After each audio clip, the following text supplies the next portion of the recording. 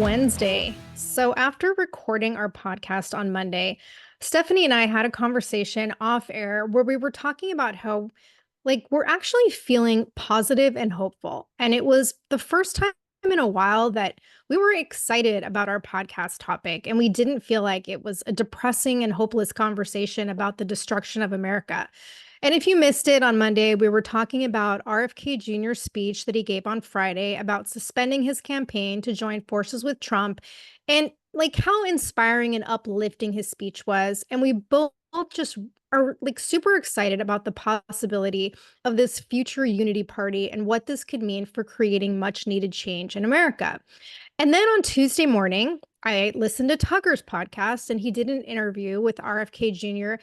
that was next level. And it brought even more to light about the issues that we honestly need to be focusing on as a nation. And so then I felt even more excited and more energized and more hopeful. And then, Stephanie, you sent me a screenshot of a social media post showing Tulsi Gabbard in her military uniform. And there was a comment from RFK Jr. that said, Wonder Woman just joined the Justice League. And I was like, holy shit. Yes, this is exactly what this is. It's the fucking Justice League taking on the Legion of Doom. And that's not just the Biden Harris or the Harris Waltz administration, it's the entire corrupt government uniparty.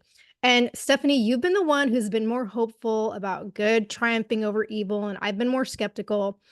But I'm starting to believe that with this Justice League in place, maybe we really do have a chance at winning the election.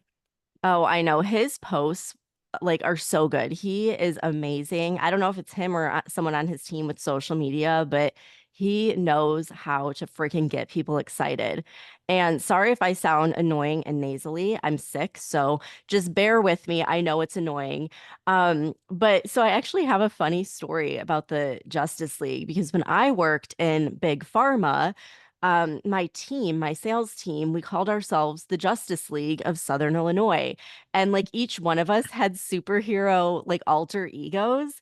And it was so cheesy, but it was so much fun. And it really gave us something to rally around.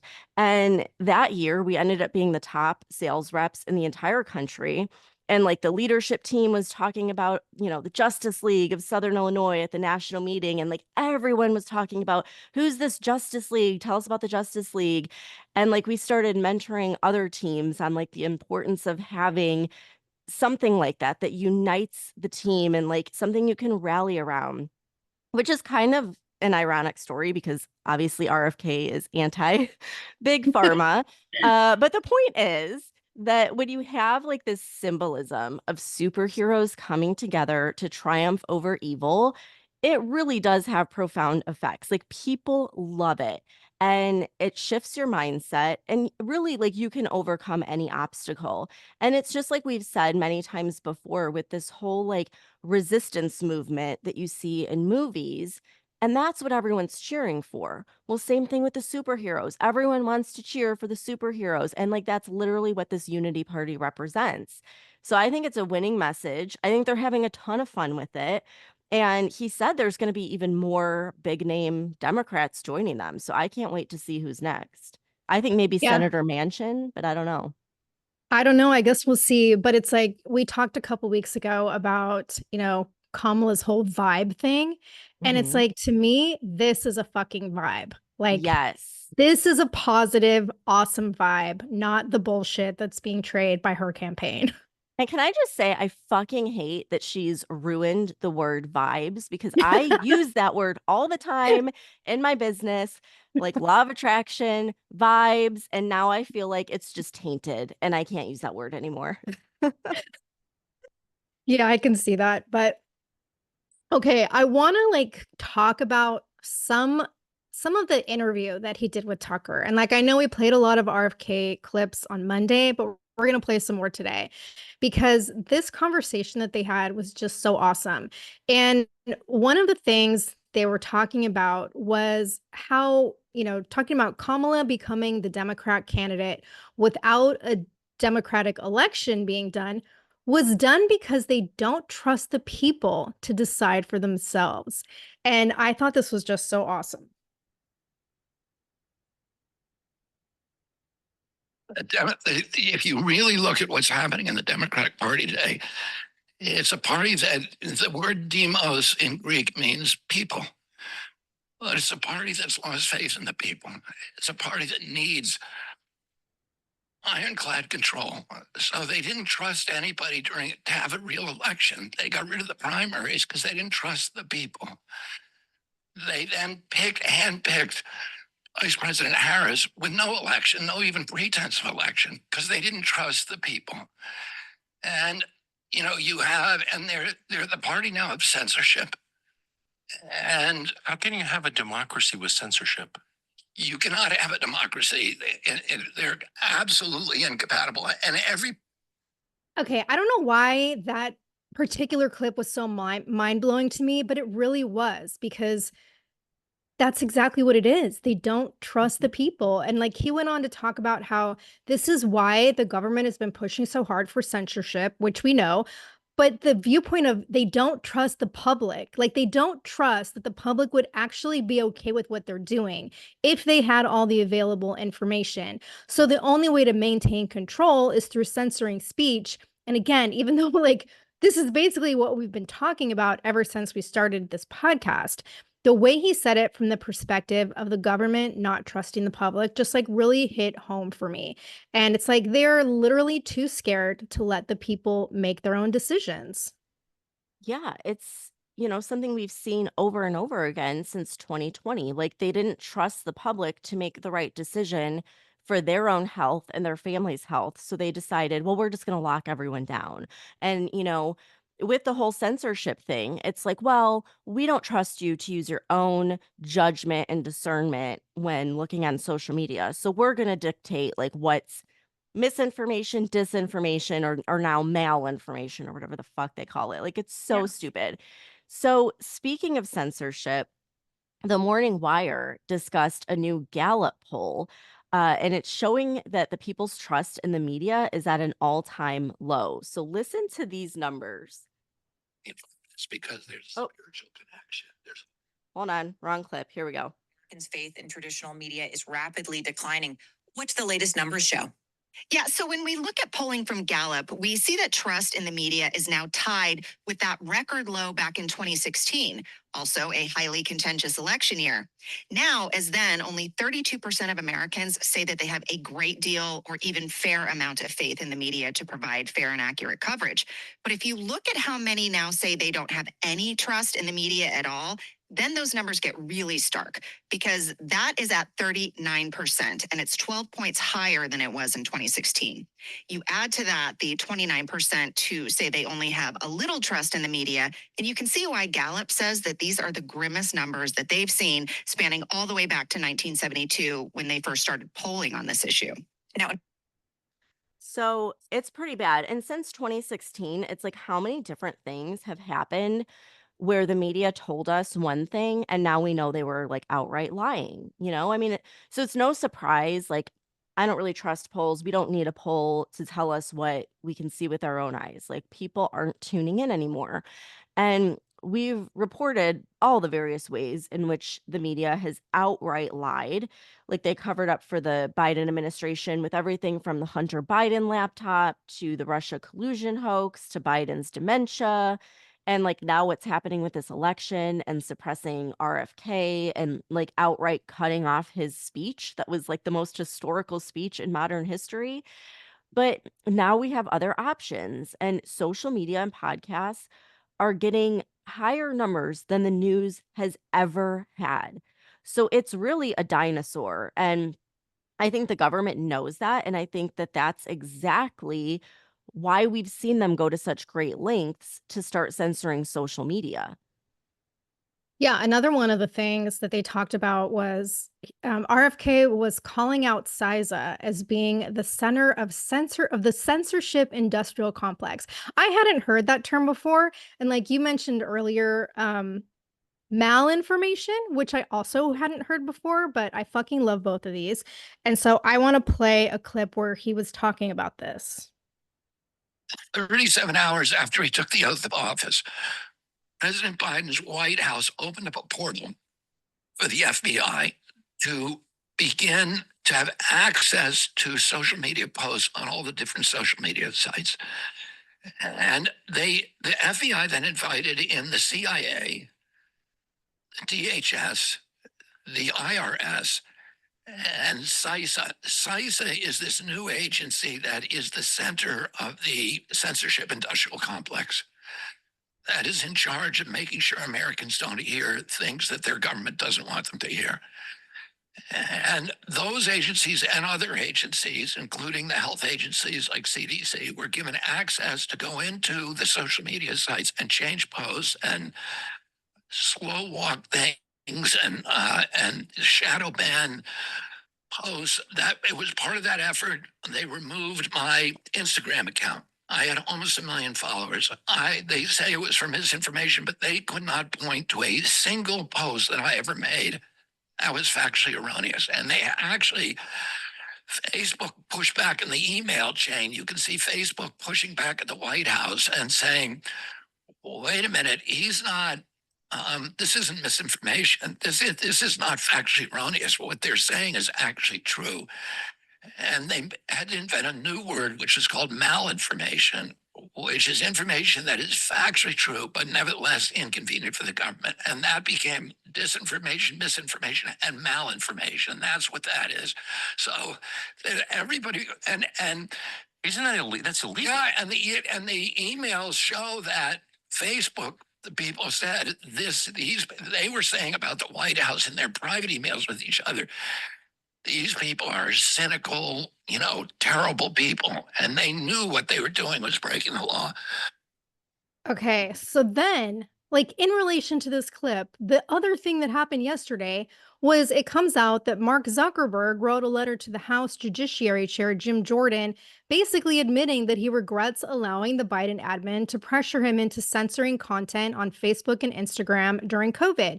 And I want to read a portion of the letter, which states, quote, in 2021, senior officials from the Biden administration, including the White House, repeatedly pressured our teams for months to censor certain COVID-19 content, including humor and satire. We made some choices that, with the benefit of hindsight and new information, we wouldn't make today. I believe the government pressure was wrong, and I regret that we were not more outspoken about it, end quote.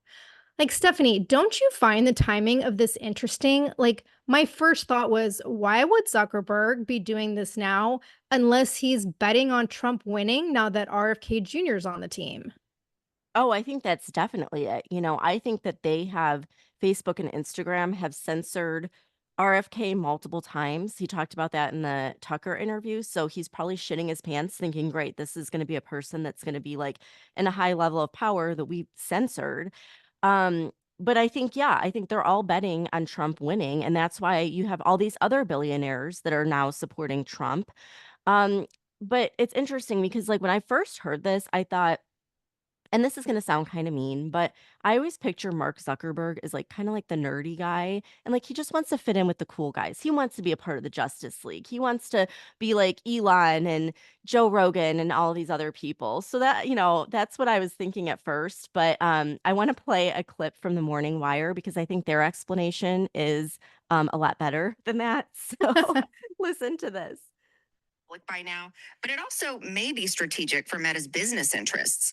We reached out to Mike Benz, who is a former State Department official and executive director of the Foundation for Freedom Online, and this is what he told us. Facebook is intensely dependent on the U.S. diplomacy, intelligence, defense apparatus to secure Facebook's markets, to protect them against foreign laws, to protect their data monopolies, to protect their advertising revenues. And Mark Zuckerberg was playing along for a very long time, giving them everything they wanted. But now they feel they're not being protected and they're giving away the store. Okay, so that's interesting because I haven't really thought about that, how Facebook, Meta, we'll say, is reliant on our government. Otherwise, they don't have any protection when it comes to like all these other countries that they're in. And Right. then we saw like through those congressional hearings how you had the Democrats threatening every single social media platform that, hey, if you don't do what we say, we're going to take away Section 230 that protects you from being sued. But it's like now we're in a time where Elon Musk and the Twitter files has exposed that level of censorship. Mark Zuckerberg already admitted this on the the Joe Rogan podcast, Mhm. months ago.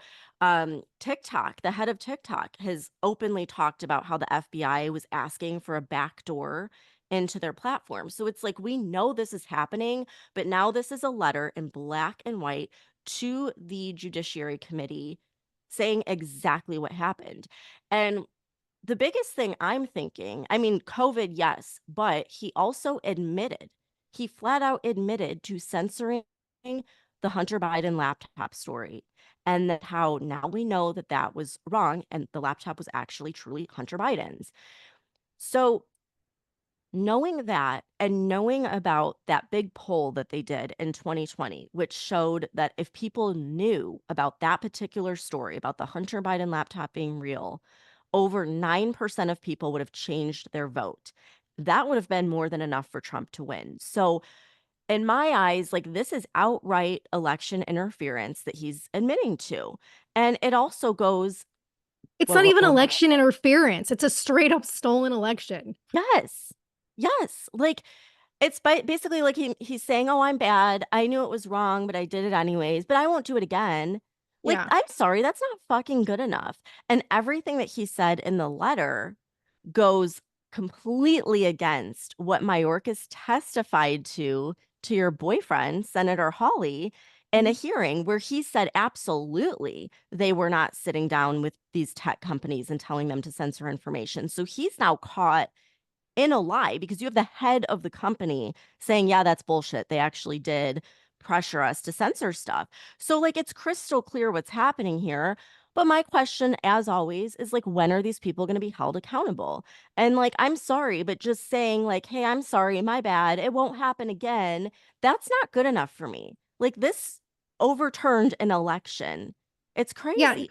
None of these people should be in office, and quite frankly, they should all be in fucking prison. Yeah. Everyone who got up there and lied under oath, they should all be fucking in prison. It's absolutely ridiculous that we just keep having these hearings and, impeachment inquiries and then nothing ever happens. And I Right. really They're fucking hope that if Trump gets elected, that these people fucking go to jail. Well, and see, he didn't do anything like that in the first term, but that was before they went after him and tried Right. throwing him in jail. And now RFK, they're doing the same fucking thing to RFK where he was in court every single week. So it's like if they're going to try to throw Trump in prison for documents that there's no evidence of, then I think these people should be held accountable and definitely like this is a crime and they should pay the price for it. Yeah. And one of the things that I loved when they were talking about, RFK was explaining to Tucker, like the idea behind this whole unity party and how, it's a realignment of American values. And he talked about how this has actually happened in American history, like I think he said 5 times before. And, like we say all the time, the parties have flipped. The Democrat Party is now the party of the elites, and the Republican Party is now the party of the working class.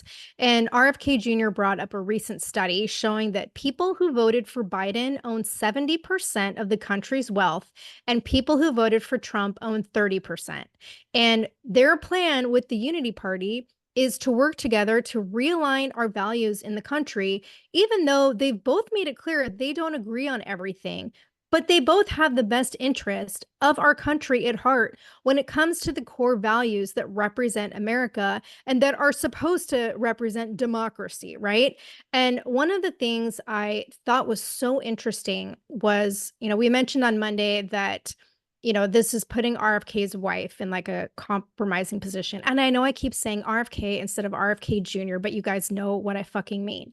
Um, but I thought it was really interesting that when he was approached to meet with Trump, he said he initially turned it down because he thought his wife wouldn't be on board. But she was the one who actually told him that he should hear Trump out and see what he had to say. And I just think that's so cool because she is very enmeshed in the Democrat Party, but she gave her blessing, even though this was going to put her in a compromising position as well. And it's like you're seeing stuff that Trump and RFK Jr.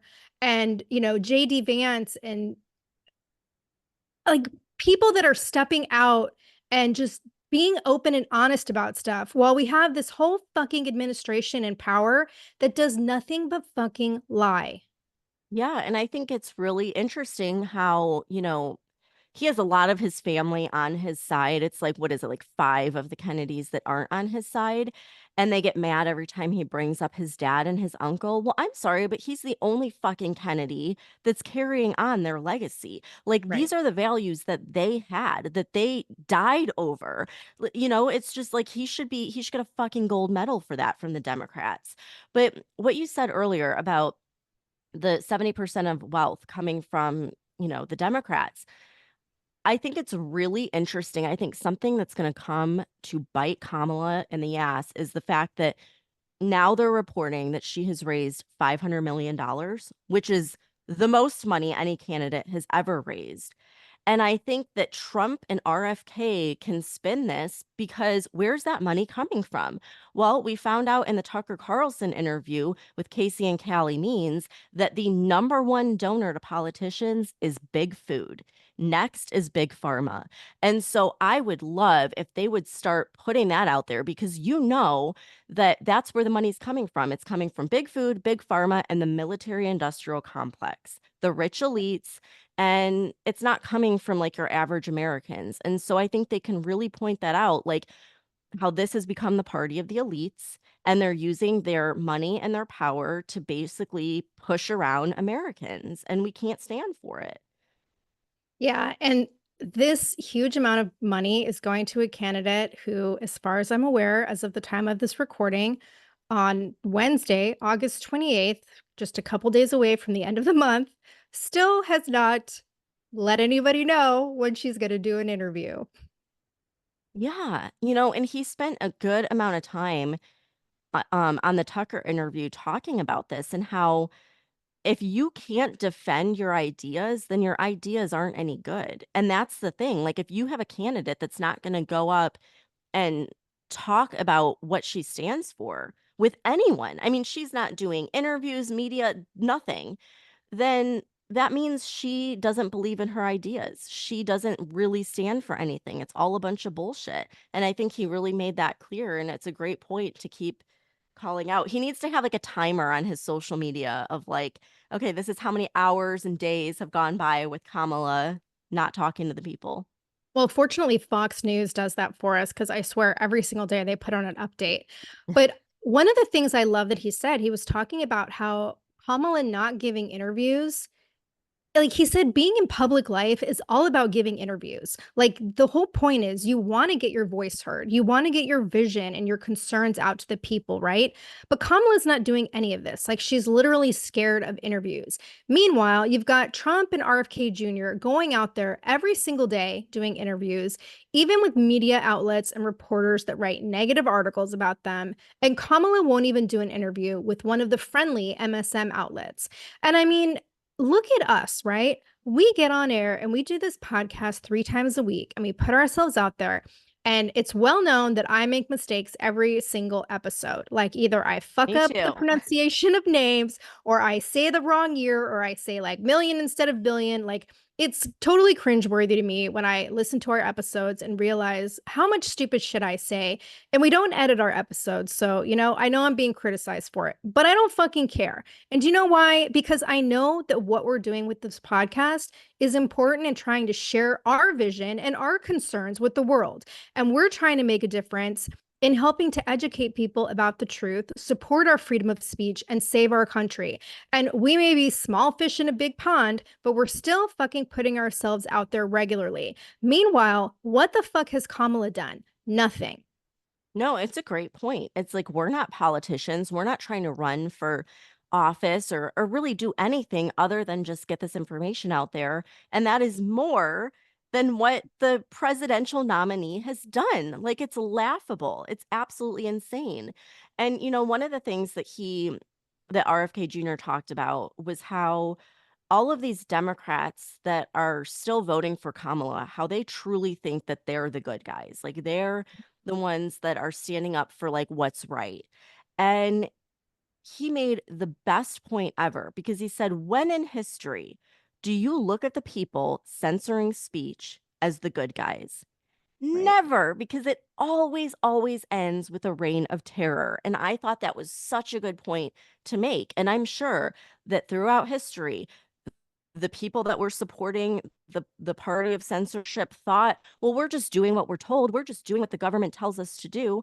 And then looking back, like it was horrendous. And it's happening now. And I'm so glad that he has the balls to point it out. Yeah. Um, Go ahead. No, I Were was you going gonna to say literally if you look at every regime in history, there is an element of censorship to every totalitarian regime. And like you said, every reign of terror. Yeah. And so something that's really alarming that they had touched on that I don't hear too many people talking about right now is the founder of Telegram. He is now sitting in prison. He was arrested in France, which we've talked a lot about France recently and just how, you know, they've basically messed with their elections there. So now it's more liberal than ever. And this guy is sitting in prison right now. Like, if that is not showing people the level that the Democrats and the people on the left will go to, I don't know what will. And so Kennedy, I mean, he just says it as a fact. He says, we lost Europe. And I think he's absolutely right. Anyone that's paying attention, anyone that sees what's going on over there right now, um, they've lost it. And the United States is like one step behind that. Like they have been more liberal for longer, but now we're following in their footsteps. And like, why isn't anyone noticing this? Why are we still doing the same thing that has basically destroyed what's happening in Europe? Like, it's crazy. Um, and then the other thing I wanted to touch on, which I love this guy. He just made it, he kind of laughed it off. But he used to be like a drug addict and an alcoholic, and he's been sober for years. But he was explaining how even though while he was still in the race in every state, he was actually helping the Democrats because he was taking away votes from Trump. But he was saying even though he was helping the Democrats, it was the Democrats that went after him personally to dig up dirt. And he was like, Trump never did that. He's like, the worst thing Trump ever did was call me a commie. But he was like laughing. He's like, but it was kind of like a joke. And like, we laugh about it now. And like, I didn't really care. And he's like, but these people are literally reaching out to men that I like had an AA meeting with like 30 years ago. They're Yeah. reaching out to old girlfriends. They're trying to like destroy my life. And it's kind of like he was saying, if they would have just left me alone, I wouldn't be joining forces with Trump. I probably would just, still be in the race helping them. But they literally Well, tried to find anything they could on him. he also said he did reach out to Kamala's team Mhm. and see if she was interested in any of the issues that he's passionate about. And like they would it was not even an option to meet with her. They're like, "Oh, well, you can meet with one of the low-level people in the campaign, but, basically she's not interested." And it's like, how fucking stupid are you people? Well, they're pretty fucking stupid, but this is what they do every year. Like, remember the last election when I think it was like Ice Cube, it was like one of those rappers, and he's like, I want to sit down and talk with Biden and I want to talk to Trump and I want to see what their plan is. And Trump was like, absolutely, I will give you my plan on what I'm going to do for the Black community.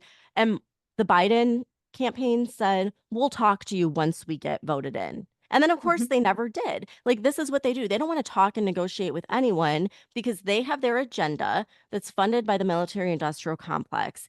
And they're just using all the useful idiots to get a vote. They could care less about the people.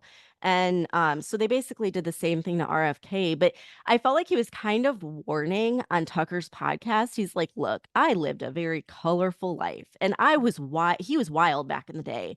So, like, yeah, there's probably going to be stuff that's going to come out now, but he was saying, like, I'm not a bad guy, though. Like, I've never stolen from people or hurt someone. So, why go to all these lengths to dig up dirt on him? It's just insane. Well, it's so stupid because anybody who's running for public office, I'm sorry, everybody has dirt in their closet, right? Yeah. And anybody who's running for public office, it's gonna be dug up. And like the shit that's being dug up with Tim Walz, to me, is a lot more like eye-opening and alarming than the shit about RFK Jr. or Right. about JD Vance, you know? Yeah. And, in the last election, I would get really mad when like ABC News and like the big news networks wouldn't cover one side. Like they wouldn't talk about Hunter Biden, but they would talk about like Trump and like one, bad thing that happened or whatever. Now I literally don't care because like I said earlier, no one's tuning in anymore. Yeah, you've got some boomers that are, but like everyone is tuning in and getting their information directly from the source. They're tuning into Trump. He's going on all these podcasts. Now RFK Jr. is going on all these podcasts. They're on live streams. Like people are getting their information there. Meanwhile, Kamala is hiding in a basement somewhere. So whatever. Well, everything I've read in the MSM in the last couple days about RFK Jr. and Trump is like, this isn't going to be a good match. And, it's just putting one crazy person with another. And, now nobody's, anyone in their right mind is just like, they're both conspiracy theorist weirdos. And I think they're really underestimating how much people relate to the issues that both of these candidates are truly like passionate about. Oh, yeah. And now that it's out there and you can go and listen for yourself, like they're not conspiracy theorists. Like he's actually won in court multiple times going after the issues that he's talking about. Like this was his job. Like he went after big companies for destroying the environment, destroying our health, like doing all these unethical things. So it's not like he's got nothing to stand on. Like this has been his whole life's work. Yeah. What were you going to Were you say? gonna say? I was just gonna say, like, in addition to them, digging up dirt on him, which I think shows that they're just low level people. Like they're not doing the right thing. They're not standing on their values. Well, the other low level thing they did is they fucking took his security away. So after you had an assassination attempt on President Trump, Biden finally, after months of being asked, finally gave Secret Service security to RFK Jr. Now they took it away. And it's like basically, think about what that's saying. If you don't join us, we're going to make sure that you're dead. Like basically. Yeah, but the other thing that's important to realize in this is RFK Jr. is not out of the race. Like, yes, he suspended his campaign, and I was initially under the impression that he withdrew from the election altogether, but that's not what he's done. And like the way he's going about this is actually really smart. And I want to play a clip to kind of clarify exactly what he's doing. I think I'm technically still running for president. I'm running for president 30 states, 40 states. So I'm not, I did not terminate my campaign. Did you know this? No, I didn't. Yeah. So, I'm running in there's 10 states where I heard President Trump, and they're battleground states. So I've taken my name off the ballot in those 10 states. But in the blue states, all red states, I'm on the ballot. And I could technically win a contingency election if the other two vote, if the other two get 269 apiece. And then Congress cannot work out a compromise, which is entirely possible. They have to go to the third vote getter, which would be me. And that's why I left my name on the ballot in those states. Isn't that interesting? And that Like could that's a actually happen. strategy. So even though Yeah. it's rare, it's happened 2 times in presidential history where Yeah. that's the third party candidate's gotten in. But how is it that he's still actively in the race and they've taken away his Secret Service? Like, I don't understand. Like that's not even fucking legal, is it? No, it's a totalitarian regime. They're classless, they are hateful, and I think it really shows like who the real good guys are and who the evil ones are. You know what I mean? It's just crazy. And they screwed themselves because before he would go after Trump and say things, but now he's going to be going after Kamala and showing what the Democrat Party of today really stands for. And he's getting a lot of attention when he does it. So they've totally screwed themselves. Yep. But I want to end on a positive note. I want to play a clip where RFK Jr. is talking about nature and the environment because I really think it says a lot about him and his values and just overall, the guy is a good human being. And I think it really is conveyed in this clip. So take a listen.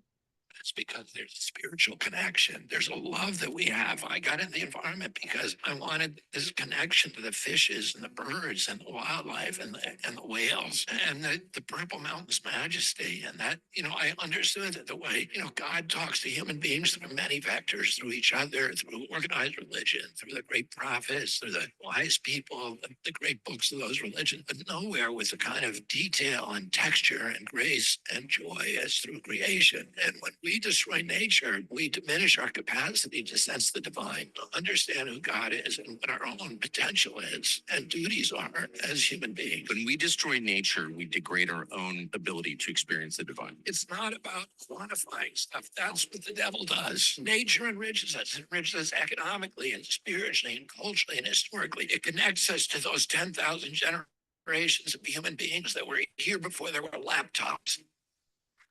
Now, one thing I will say is, being that he is like an environmentalist, he is very outspoken about things we've talked about on this podcast, like the wind farms that are destroying entire species of birds and whales and fish. And, I think, like, I am telling you, he is going to get so many groups of people that are traditional Democrats that are on point with these issues. And, when you put the social stuff aside, that's really not important in a presidential election. This is like state level stuff, like abortion and all that kind of stuff. And people just look at the overall picture. I think he's going to win. I think he is going to add this element of, I don't know, like the old traditional Democrat to the Trump campaign, and he's going to win people over. That's what I think. I hope you're right. Like, I'm actually feeling very positive right now, which is unusual for me. But I did want to ask you something else. So, I've read a lot of articles where people are saying, like, oh, Trump's going to replace JD Vance with RFK Jr. I don't think so. But what do you think? I don't think so either. So it's funny because, like, when RFK went out on stage to like the Foo Fighters and it was this whole big thing, it was kind of like what you would expect when you're announcing your VP pick. And so I kind of thought that for a second too. I'm like, man, he's getting more of a reception than JD Vance. But with the whole comment around the Justice League, and then people are like the Avengers team, I think he's looking far beyond just his VP. Like, normally it's the president and the VP together. Trump is building an entire team. It's not just him and JD Vance. It's him. It's JD Vance. It's RFK Jr. It's Tulsi Gabbard. It's Joe Rogan, Elon Musk. Like, he is building an entire team of people, and like all together, they're like speaking the same message. And I think that's unique. I don't know any other candidate that's done that. But again, like, I think it's a winning message. I think every person they add to this team is going to win more and more people over. Yeah, I hope so. We will What do you see. think? You think he's going to kick JD Vance out? I really don't. And like RFK even said, he was like, even before Trump picked JD Vance, Trump approached him for the VP spot and he's like, no, I'm not interested.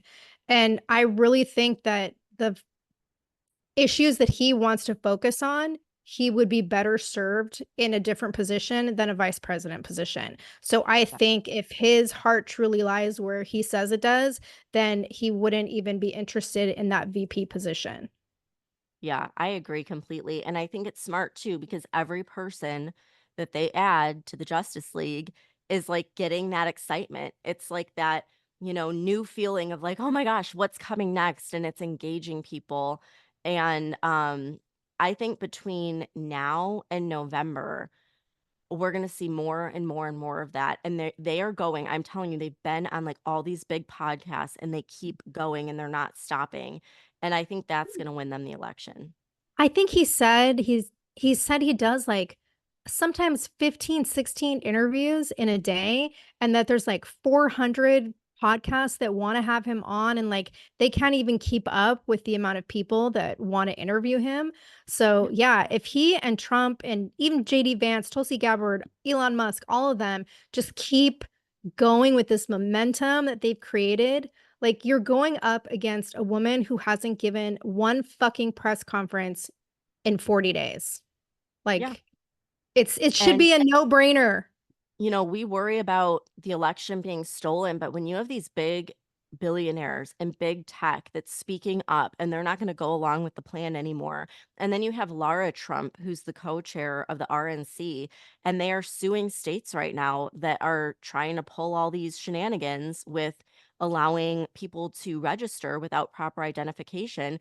And then she put out a very stern message saying, anyone, we are going to be looking, and any individual who is illegally here, who votes illegally, who votes for someone else, we are going to find you and we will prosecute you to the fullest extent of the law. And so I Good. think they're doing a lot more behind the scenes than we realize with, stopping and preventing election interference. So I'm hopeful. I'm sticking with Yeah. I'm hopeful they're going to win in a landslide. I'm gonna stick with you on this one and stay positive That's right. until the next doom and gloom story comes along. Yeah. Yeah. Well, I'm But sure there hey, will be. You never we've know. had 2 positive episodes in a row, and so that's unusual for us, and that's good. Yeah, because the tables are turning. Like, I feel like this is the tipping point. This is the tipping point where the good guys are finally winning. So hopefully we'll be back on Friday with another positive episode and good news. So I hope this one made your day, and we'll see you back here next time. Thanks.